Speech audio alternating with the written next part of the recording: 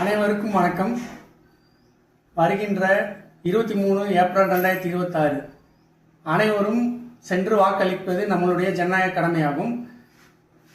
நம்மளுக்காக நம்மளுடைய தேவைகளை நிறைவேற்றுவதற்காக 5 வருடங்கள் சர்வீஸ் செய்வதற்காக பல பேர் முன்வந்து இந்த தேர்தலில் நிற்கிறார்கள். அவர்களில் யார் நம்மளுக்கு உண்மையிலேயே சேவை செய்வதற்கு தகுதியானவர் என்று ஆராய்ந்து வாக்களிக்க வேண்டும்.